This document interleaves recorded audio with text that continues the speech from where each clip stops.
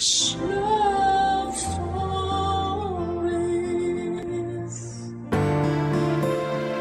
May mga taong mapanamantala at meron din namang handang tumulong sa iyo hanggang sa kanilang huling hininga. Sila yung mga tao na masasabi mong mahal ka talaga at sa bawat pagtulong nila ay wala silang hinihinging kapalit. Ikaw kabarangay, meron ka na bang nagmalasakit sa iyo? Dear Papa Dudut, kung meron mang tao na pasasalamatan ko ng husto hanggang sa kamatayan ko, yun ay walang iba kundi ang aking pinakamamahal na lola. Sa lahat kasi ng tao sa mundo ay siya ang nagpakita at nagparamdam sa akin ng pagmamahal. Kung hindi niya yon pinaramdam sa akin ay masasabi ko na baka naligaw na ako sa paglalakbay ko sa buhay na ito. Kaya naman malaki talaga ang utang na loob ko sa kanya, Papa Dudut. Bago ko ipagpatuloy ang pagbabahagi ng kwento namin ng lola ko, ay gusto ko munang bumati ng isang mapagpalang araw sa inyo at sa mga katulad kong panatiko ng Barangay Love Stories. Tawagin niyo na lamang po ako sa pangalang Gabriel. 32 years old at isang virtual assistant. Lumaki at pinanganak sa Pangasinan. Kasama ko sa tinitirhan naming maliit na barong-barong noong araw ang mga magulang ko at ang aking lola na nanay ng aking ina. Wala akong kapatid, solong anak lamang ako. Ang tatay ko ay nagtatrabaho bilang tricycle driver at ang nanay naman ay tumatao sa isang sanglaan sa bayan. Bali lola ko na halos ang nagpalaki sa akin. Dahil madalas abala ang mga magulang ko sa pagtatrabaho. Kaya nga hindi kataka-taka na makilola ako. Tapos nung tumungtong na ako sa edad na 18 anyos, ay iniwang kami ng nanay matapos niyang sumama sa ibang lalaki. Dahil sa nangyari, sobrang galit na galit ang tatay ko, Papa Dudut.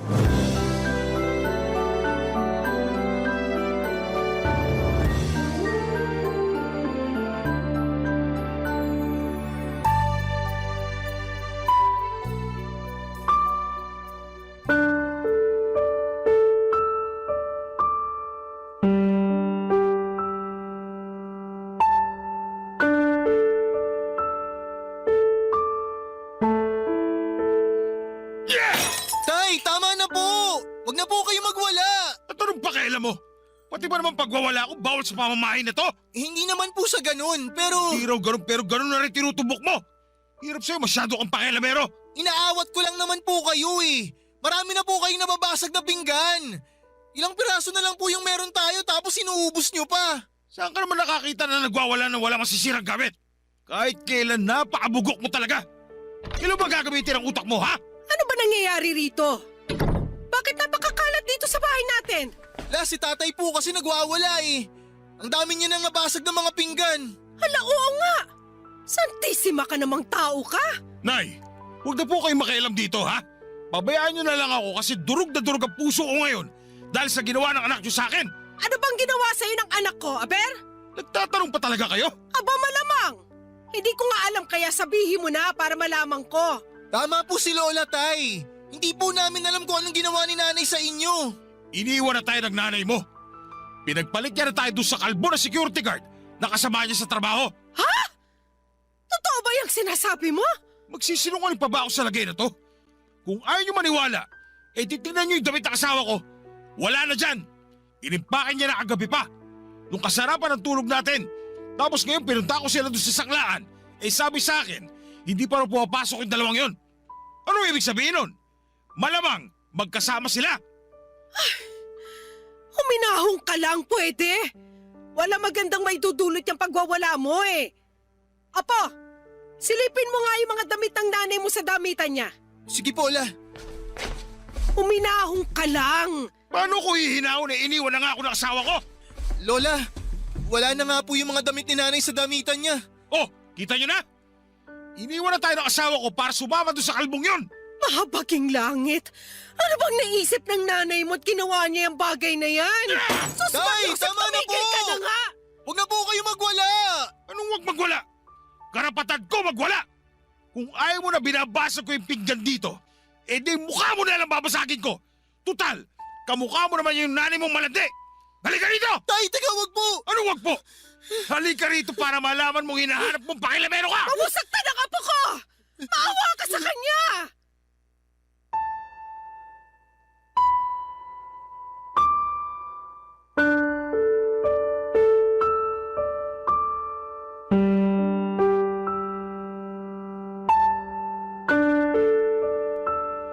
Papa Dudut, hindi sa pinagtatanggol ko ang nanay ko pero meron na rin kasing history ng pambababae ang tatay ko. Hindi kagaya ni nanay na katrabaho niya ang kinalantari niya. Si tatay naman ay pasahero niyang babae.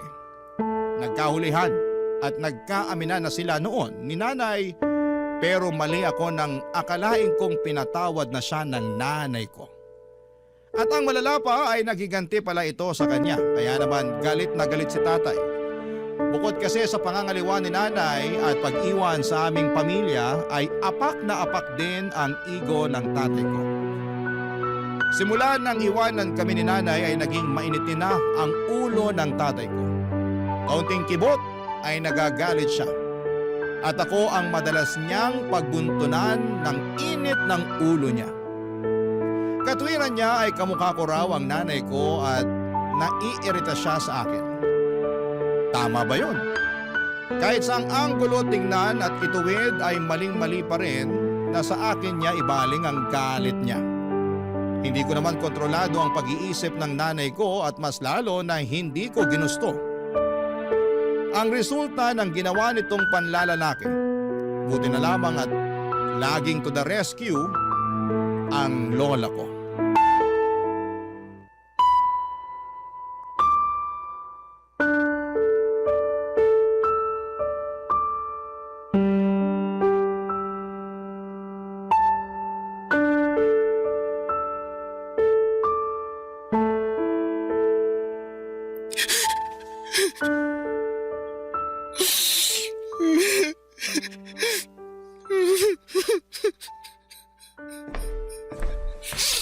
Oh, apo, napano ka?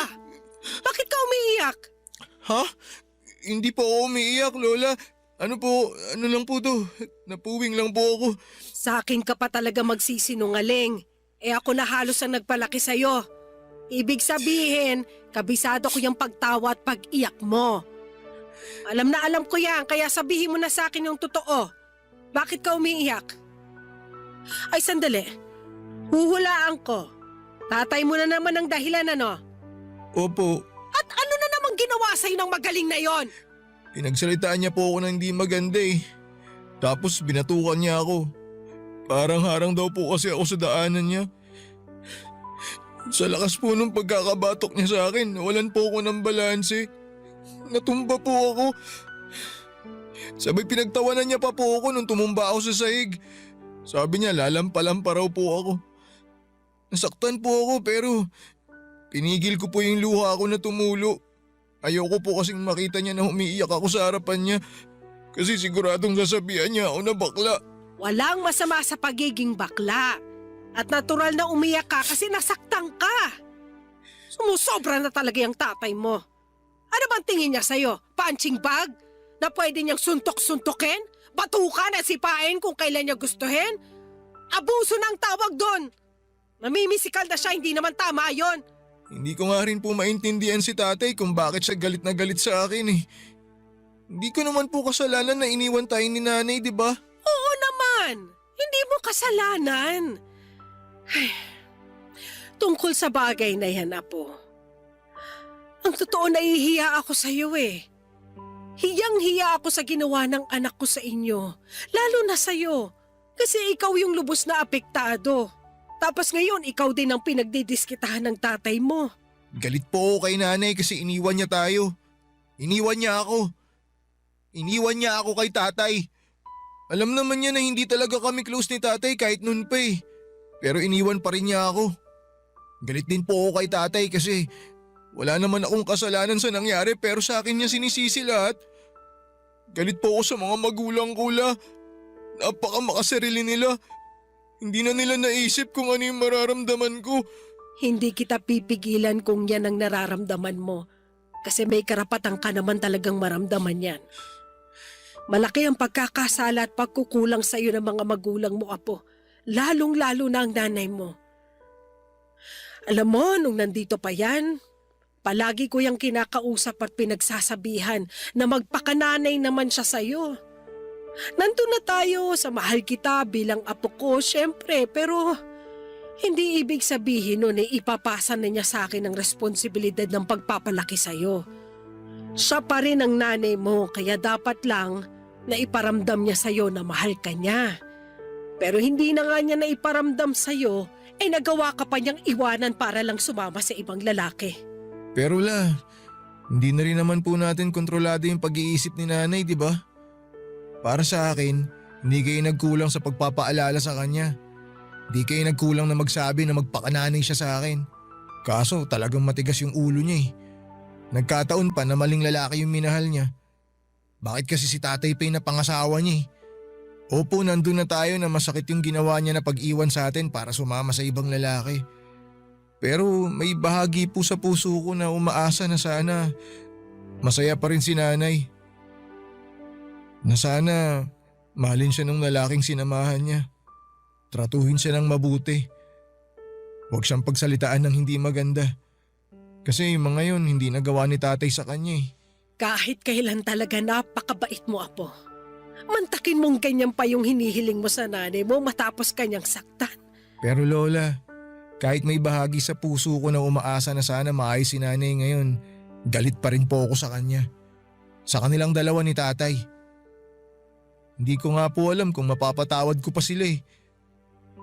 Buti na lang kahit ganun po yung mga magulang ko, nandiyan kayo Lola. Hindi niyo po ako pinabayaan.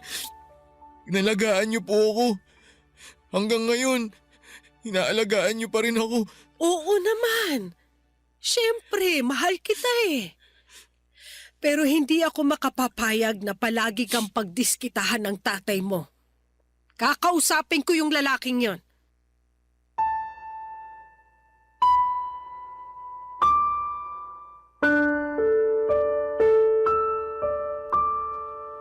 Papadudot, nasabi ko na lang tuloy sa aking sarili na kung wala ang lola ko para umalo sa akin ang mga panahong yon ay matagal na akong nasiraan ng ulo. Ang hirap lang kasing patuloy na intindihin ang pinanggagalingan ng tatay at nanay ko lalo na at hindi naman sila ang lubhang apektado ng sitwasyon. Ako naman na anak nilang hustong nahihirapan dahil sa bunga ng mga desisyon nila sa buhay. Kaya nga sa edad kong yon ay unti-unting nabuo sa puso ko ang magkahalong galit at tampo para sa aking mga magulang. Para po sa akin ay napakamakasarili nila at sobrang unfair. Buti na lamang at nasa tabi ko ang lola ko na kahit no read and no write ay handang magsakripisyo para sa akin. Papadudot, simula kasi noong nanlalaki ang nanay ko ay inubos na ni tatay ang pera at kinikita niya mula sa pamamasada sa kanyang pambababae. Barangay Love Stories. Barangay Love Stories. Papadudot, bihira na lang magambag si tatay sa bahay para sa pagkain namin at pambayad ng bills. Nakikikabit na lamang kami ng kuryente sa kapitbahay namin, kaya nung wala na kaming maiabot na pera bilang pambayad, ay pinutulan nila kami. Wala na rin kaming nagawa dahil nga walang-wala rin kami ng panahong yon. Kaya upang magkaroon ng ilaw sa aming munting tahanan, ay gumamit na lamang kami ng gasera. Ang ilaw na nagmumula sa gaserang yon ang nagsilbi naming liwanag sa aming bahay tuwing sumasapit ang gabi. Sa liwanag din ito ako nag-aaral at nagsusulat ng aking mga takdang aralin. Kahit na mahirap ang buhay, noong araw ay ginapang ako ng lola ko sa aking pag-aaral. Kaya po ako nakapagtapos ng high school. At bagaman 20 anyos na ako noon, late na sa karaniwang edad ng mga graduate na dapat sa high school, ay proud pa rin ako sa aking sarili dahil napasa ko ang pag-aaral na ito. At si Lola naman ay naging masaya sa pagtatapos kong yon.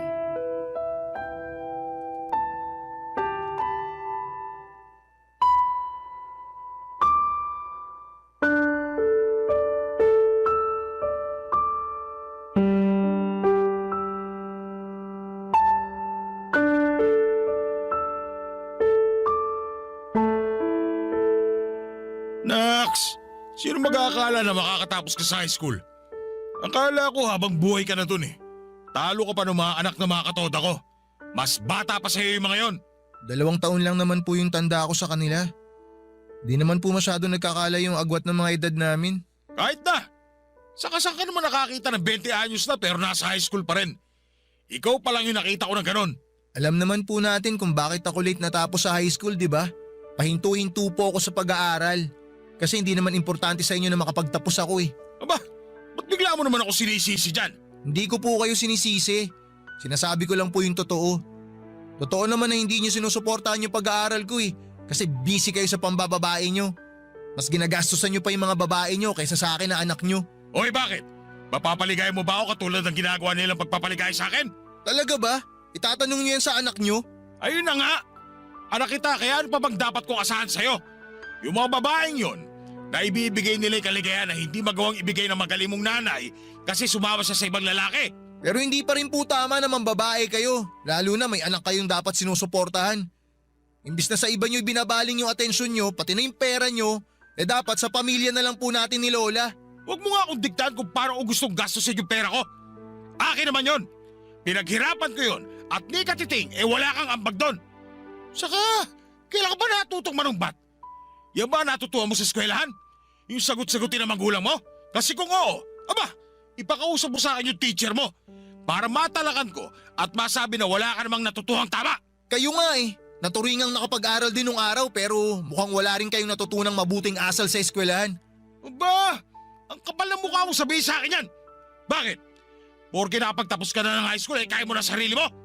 Hoy, para sabihin ko sa'yo, anak lang kita at wala kang karapatan na pagsalitaan ako ng ganyan. Saka, wala ka pang may pagmamalaki.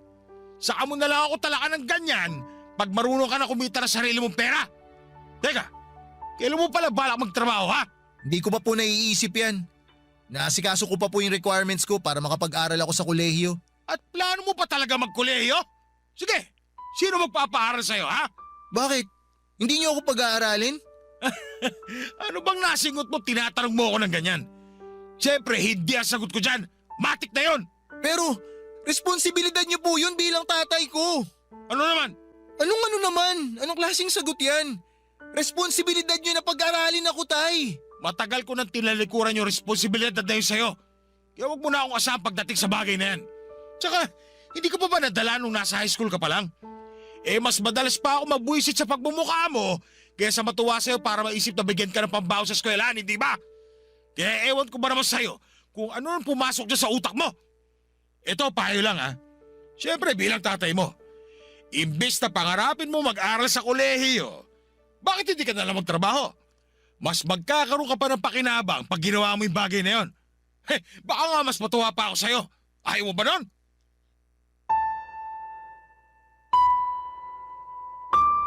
Papadudot, akala ko ay masaya ang tatay ko sa pag-graduate ko kasi narinig ko naman siya na binibida ako sa mga kainuman at mga kasamahan niya sa toda. Pero nagkamali ako kasi hanggang doon lang pala yon. Puro lang salita, kulang sa gawa. At kaya niya pala ako binibida. Kasi sa wakas ay makakatulong na ako sa pamilya namin. Plano na niya kasi na iasa sa akin ang pagtataguyod sa kanya kasi nga ay binabalak na niya na huminto sa pamamasada.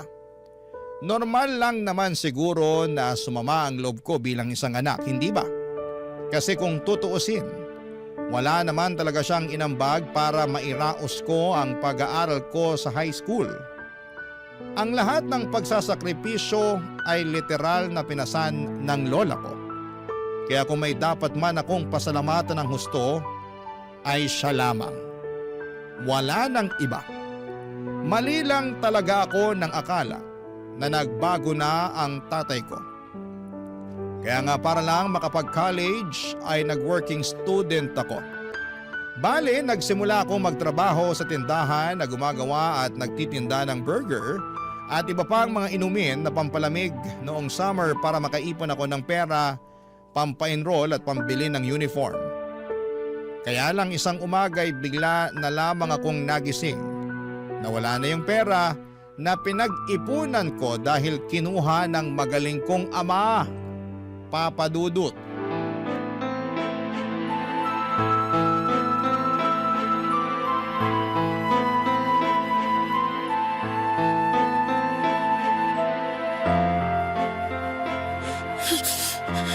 Tay, ibalik niyo na yung pera ko!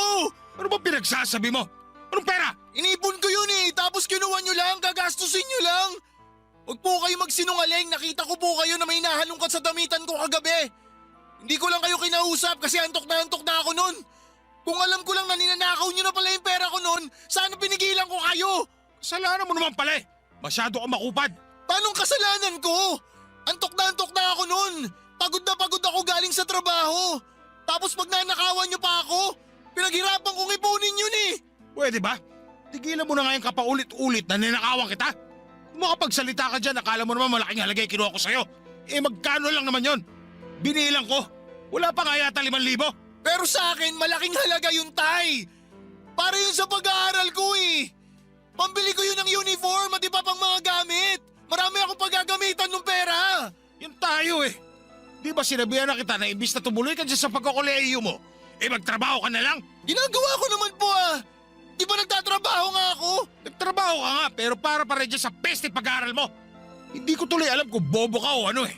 Kasi hindi ka nakakaintindi. Uulitin ko ha. Makinig ka mabuti. Sabi ko magtrabaho ka para sa pamilya natin. At kalimutan mo na yung pag-aaral mo. Wala ka naman patutunguhan dyan eh. Mag-aaksaya ka lang ng ilang taon. Hindi po pag-aaksaya ng panahon yung pag-aaral.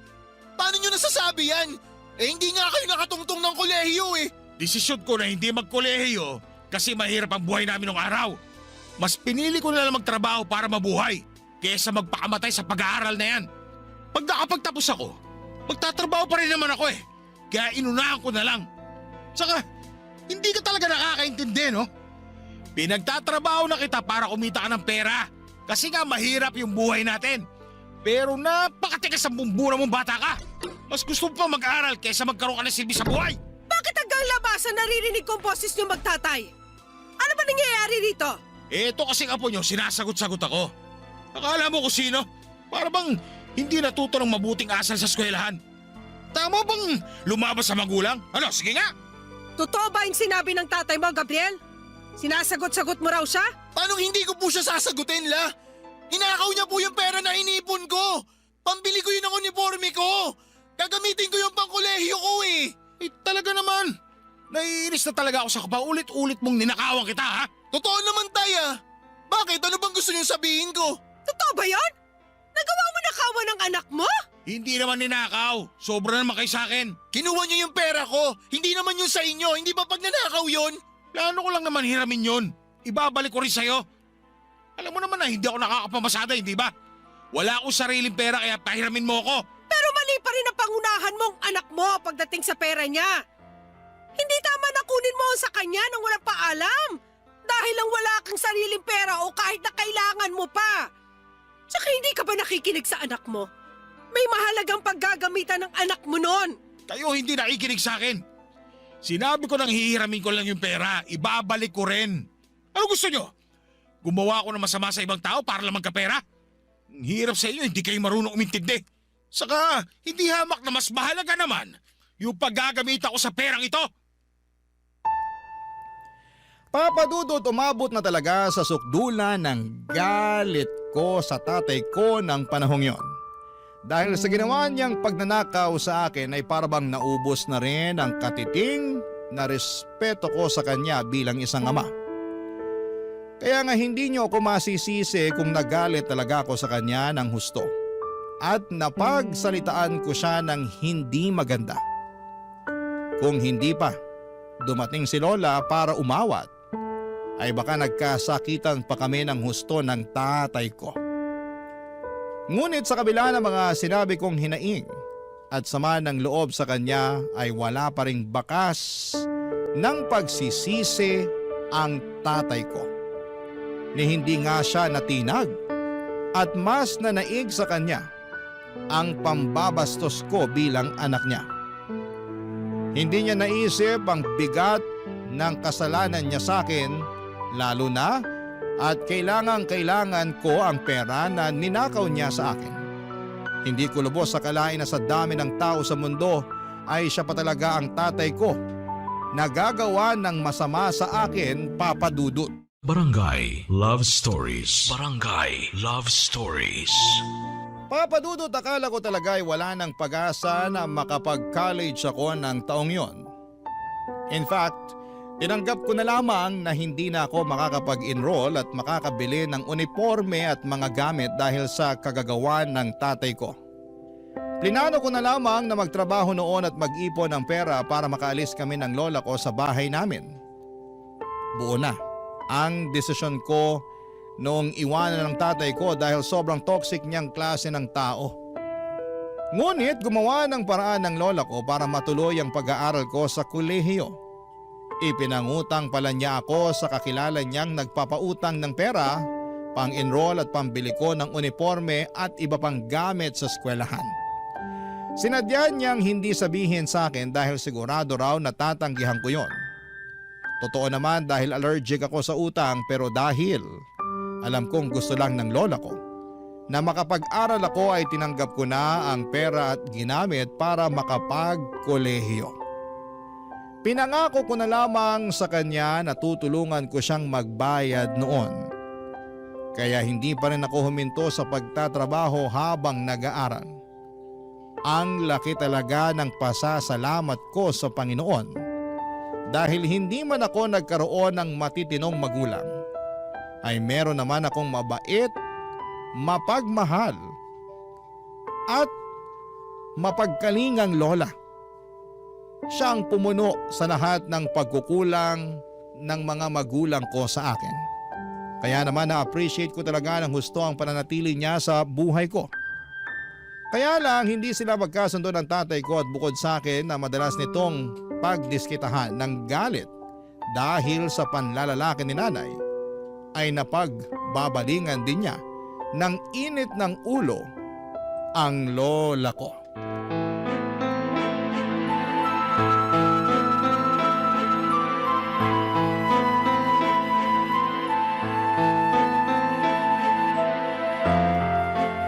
Ako na matanda ka, ubusin ko talaga ang buhok mo! Aray ko, bitawan mo ako! Hindi kita bibitawan kasi iirita ako sa pagbubunga mo! Ano bang ginawa ko sa'yo? Wala naman akong ginagawa sa'yo, ha? Bitawan mo ako, sabi! O yan! Masyado ka kasi pakilamera! Bobo ka, matanda ka! Pati pag inom ko kasama mga kumpare ko, pinakikialaman mo! Kung bakit kasi hindi mo nalang pakialaman yung buhay mo! Hindi kita pinakikialaman! Nasa iyo pa rin ang desisyon ko, ipagpapatuloy mo yung pagbibisyo mo! Ang akin lang, sinasaway lang kita! Dahil panay na ang pagkakasakit mo, kakainom mo ng alak at kakasigarilyo! Anong pananaway? Pakikialam pa rin yung tawag doon! Pinaganda mo lang! Parang awa mo na! Huwag mo ako saktan, matanda na ako! Wala akong pakialam! Dapat sa'yo, turuan ng leksyon para magtanda! Teka, Tay! Anong ginawa niyo kay Lola? Bakit ganyan itsura niya? Huwag kang pakialam dito! Anong huwag makialam? Sinaktan niyo ata si Lola eh! Masyado mo namang mahal na mahal itong matandang hukluban na to! Gusto mo magsama kayo eh! O yan! Lola! Ayos na po ba kayo? Ayos lang naman ako, pero masakit lang ng konti ang ulo ko. Masyado naman kayo madrama! Eh hanggang kayo nakakapit pa rin naman dyan sa ulo niyo yung buhok niyo! Ano bang pinagsasabi niyo? Sa tingin niyo sinong di masasaktan sa ginawa niyo? Sobra naman kayo kay Lola! Di na kayo naawa sa kanya? Alam niyo nung matanda siya tapos pinatulan niyo pa? Kung alam mo lang kung gaano kapakilamera yung matandang yan, eh sigurado ako masasabunutan mo rin yan! Baka nga hindi lang yun! Baka masutok mo pa yan! Kilabutan nga kayo sa mga pinagsasabi niyo! Wala na ako noon! Hindi ko naman siya pinakikialaman. Sinasaway ko lang siya kasi nga, lagi na lang siya nagkakasakit kakabisyo niya. Mabuti sana kung may pambayad tayo palagi sa doktor at pambili ng gamot. Eh nag-aalala lang naman pala siya sa inyo eh! Tapos sinaktan niyo! Kung ano-ano pa sinabi niyo sa kanya! Kayo tay, sumusobra na kayo ha! Basta! Para sa akin, pakikialam yon. Saka, sino ka ba matanda ka para pangimasukan ng buhay ko? Hindi mo naman ako anak. Saka baka nakakalimutan mo malaki pa atraso mo sa akin. Anong atraso ko na pinagsasasabi mo? Matanda ka na nga talaga kasi nag-uulanin ka na. Mas malalaman ko kung sasabihin mo. O sige, para magkaalaman na tayo. Makinig ka mabuti ha, kasi hindi ko na ito ulitin. Yung anak mo na nang iwan sa akin noon, hindi ko pa rin nakakalimutan yung ginawa niyang yun sa akin hanggang ngayon. At sa tuwing naalala ko yun, mas tumitindi yung galit ko sa'yo kasi sa'yo siya nang galing. Walang kasalanan si Lola sa ginawa ni nanay sa inyo! Bakit ba si Lola sinisisi nyo? Hindi makatuwiran yung ginagawa nyo kay Lola, tay! Tumigil ka, Gabriel! Wala kang alam sa nangyayari! Ako pa ngayon ang walang alam sa nangyayari? Ayos ah! Para lang alam nyo, tay! Kayo ang walang alam! Hindi ko alam kung hindi nyo talaga alam o nagbubulag-bulagan lang kayo! Dinadagdagan nyo pa yung mga kasalanan nyo sa akin! Ang hirap kasi sa inyo, akala nyo sa inyo umiikot yung mundo! Hindi kayo perfecto, tay! Hindi kayo santo! Kung umasta kayo, kala nyo kayo yung biktima rito ah! Alam nyo, kung meron dapat nasisiyan kung bakit nagkagulo ng ganito yung buhay natin, walang iba kundi kayo!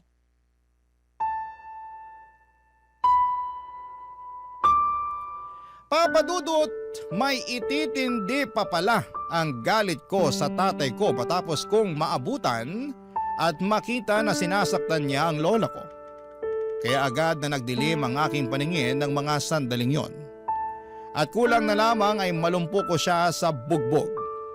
Oo, pinatulang ko na si tatay sa pamimisikal niya kay lola. Buti na lamang at inawat ako ng lola ko. Alam ko na tatay ko pa rin siya pero nawalan na talaga ako ng respeto sa taong yon simula nang hindi na niya ako sinuportahan bilang anak. Saka hindi ba siya naaawa sa lola ko na matanda na? Tapos kung saktan niya pa, akala mo ay gaganti sa kanya si lola, saksi ako sa unti-unting pangihina ng katawan niya kaya bihira na lamang siya noong makapagtinda. Siyempre hindi yun alam ng magaling kong ama. Dahil minsan lang naman siyang umuuwi sa bahay namin. Bali umuuwi lamang siya kung kailan niya lamang gusto, kaya nga galit kami sa kanya ng lola ko. Para sa akin ang kapal ng mukha niyang manumbat at manakit ng mga panahong yon. Kaya nga hindi ako nagsisisi nang sabihin ko pa na sana'y wala na lamang akong tatay. Na kung nagkaroon man ay sana'y hindi na lamang siya kasi wala naman siyang kakwenta-kwenta. Tinalabanan pa rin naman ako noong sinabi niyang tinatakwil na niya ako bilang anak. Nasaktan pa rin ako. Oo, pero hindi ko yon masyadong pinagtuunan ng pansin at sa halip, mas nag-focus ako sa aking lola at sa buhay naming dalawa. Dahil sa away naming yon ni tatay ay mas dumalang ang pag-uwi niya sa bahay namin kaya naman kami na lamang ng lola ko ang palaging magkasama.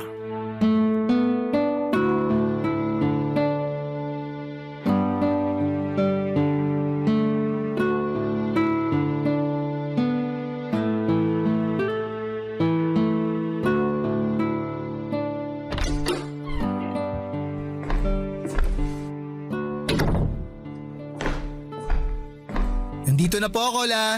Apo, nandiyan ka na pala. Pero bakit ang tagal mo naman nakauwi? Hala sige, maupo ka na muna dyan sa bangko at ikukuha kita ng tubig. Mukhang uhaw na uhaw ka eh. Oo nga po eh. Uhaw na po talaga ako, Lola. O ayan na po. Salamat po, Lola. Pasensya ka na kasi hindi malamig. Hindi na ako nakabili ng yelo sa tindahan gawa ng maulan kanina, maputik yung daan. Ayos lang po kahit hindi malamig. Basta may tubig na iinumin. Inumin ko po muna, La. Sige. Ay oo nga pala, may binigay sa akin yung mag-asawa na ipinaglaba ko. Talaga may binigay sila sa inyo? Teka, bakit po kayo naglaba, La? Kaya niyo pa po ba? Ay oo naman, palagay mo sa akin. Lola, nag-aalala lang naman po ako sa inyo. Kasi baka sumakit yung balakang nyo kaya mapagod kayo ng gusto. Ayoko naman po mangyari yun. Kaya hanggat maaari, gusto ko na nandito lang po kayo sa bahay tsaka tumigil na kayo sa pamamasukan. Kaya ko pa naman. Tsaka ayoko iasa sa'yo lahat lalo't nag-aaral ka pa. Kaya tutulong pa rin ako sa abot ng makakaya ko. Tsaka ayos lang naman ako. Huwag ka masyado mag-alala sa akin. Sige po, sabi niyo eh. Pero ano po ba yung binigay sa inyo? Ito na nga. Ayan, oh. Nasa plastic na yan. Sandali, buksan ko muna. Ayan oh! Mga delata, noodles, biskwit, chocolate drink. Wow! Yung ibang dilata rito, Lola, mamahalin. Talaga? Opo. Ito po yung nakita ko sa TV na gustong-gusto kong tikman kasi mukhang masarap. Pero di ko naman po kayang bilhin kasi sobrang mahal, parang ginto. O ayan, matitikman mo na, Apo. Oo nga po, Lola, ang dami nito. Kaya nga, binigay sa akin kasi wala na raw kumakain sa kanila. Tsaka masyado rin yata ang marami yung binili nila eh. Bibili na raw sila ulit ng bago. Kaya yan, binigay sa akin. Tuwang-tuwa tuloy ako kasi may ulam at makakain na tayo ng ilang araw. Iba talaga kapag mayayaman.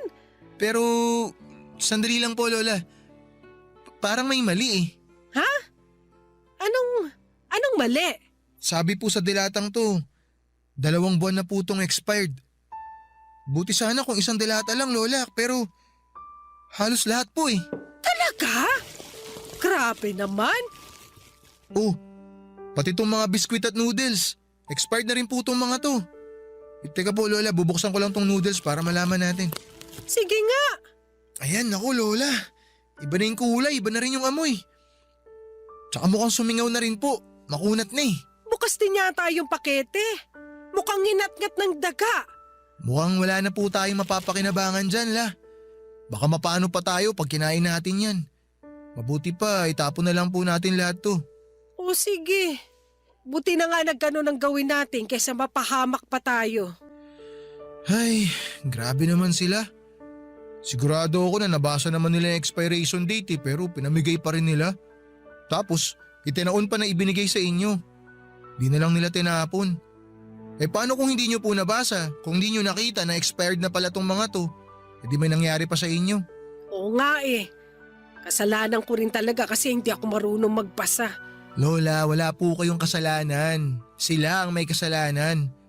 Sobrang sama nila. Kung sakaling sinadya nilang ibigay sa inyo yung mga pagkain to, parang pakiramdam ko tuloy meron silang hindi magandang pinaplano. Grabe, hindi ko akalain na may mga ganong klaseng tao pa pala. Yung bang walang pakialam sa iba kahit na mapahamak sila. Hayaan mo na, Apo. Wala naman nangyari sa atin eh. At lahat yon dahil sa'yo. Kasi meron kang ganyang kaalaman. At saka malay natin, hindi rin naman nila sinadya na maibigay sa akin yung mga pasong pagkain na yan. Sana nga ganun po. Pero, ewan ko la. Nakakalungkot na ganito nila tayo tratuhin. Porke ba mahirap tayo? Pwede na nila tayong ganunin? Sobra sila. Pero hayaan nyo, Lola. Hinding-hindi na po mauulit to. Lalo po ako magsusumikap na makapagtapos sa pag-aaral. Para pagdating ng araw, hindi na kayo manghihingi ng makakain natin sa iba. At hindi na rin po kayo makakaranas na mabigyan ng expired na pagkain. Pinapangako ko po sa inyo, Lola. Magsusumikap po ako sa buhay. Magsusumikap po ako para umasenso. Para makabawi po ako sa inyo. Papadudot, naniniwala ako na sinadya nilang ibigay kay Lola ang mga pasong pagkain dahil alam nilang hindi ito aalma at malugod niya itong tatanggapin. Hindi ko lang mapigilang magalit para sa lola ko kasi sinamantala nila ang kahinaan niya. Bukod sa tatay ko ay meron pa palang ibang tao sa mundo na makagagawa ng mga bagay na yon. Kaya simula noon ay mas nagpursige na ako sa aking pag-aaral at pagtatrabaho para maibigay ko sa lola ko ang mga pangangailangan niya at naming dalawa. Hindi naging madali ang aking pinagdaanan upang makapagtapos sa kolehiyo. Pero lahat ay kinaya ko kasi ang lola ko ang nagsilbi kong lakas at inspirasyon. Kaya nga hindi nagtagal ay nakagraduate na rin po ako, Papa Dudut. Doon na nagsimula ang pagsisikap ko ng husto sa paghahanap ng matinong trabaho at kahit na sinubok muli ang pamilya namin. Matapos mamatay ni tatay At noong nagka-pandemic ay nanatili pa rin kaming magkasama at magkasangga ni Lola. Mahal na mahal ko ang lola ko at masaya ako na maibigay sa kanya ang lahat ng mabubuti at magagandang bagay na hindi pa niya nararanasan simula pagkabata. At isa na nga doon ang makapag-travel kami sa abroad. Nakakatuwa ang lola ko lalo at first time niya ring makakita ng snow nang pumunta kami sa Japan. Tapos ay naulit pa yon ng ilang pa naming mga travel abroad para maranasan at makita niya na malaki ang mundo at hindi lang umiikot sa probinsya namin sa Pangasinan. Kaya lang, nito lamang June 2025 ay tuluyan ng humina ang katawan ng lola ko kaya hindi na kami nakakapasyal at nakakapag-travel katulad ng dati. Madalas sa isa bahay na lamang kami para mabantayan ko siya habang nagtatrabaho. Sa ngayon po ay sinusulit na lang namin ang mga nalalabing araw na malakas pa siya dahil palagi niya sa aking sinasabi na anumang sandali ay baka mamaalam na siya. Siyempre nalungkot ako at nasaktan pero ayokong may pagsisihan. Kaya nga nag-decide akong sumulat sa inyong programa upang tuparin na rin ang kahilingan ni Lola na maiere ang aming istorya. Hanggang dito na lamang po ang sulat ko, Papa Dudut. Maraming salamat sakaling mapili po ninyong basahin sa Barangay Love Stories. God bless and more power sa inyong lahat at sa mga kabarangay natin. Ang inyong kapuso at kabarangay forever, Gabriel. Anong say mo sa Barangay Love Stories na ito? Pagkwentuhan natin sa comment section yan.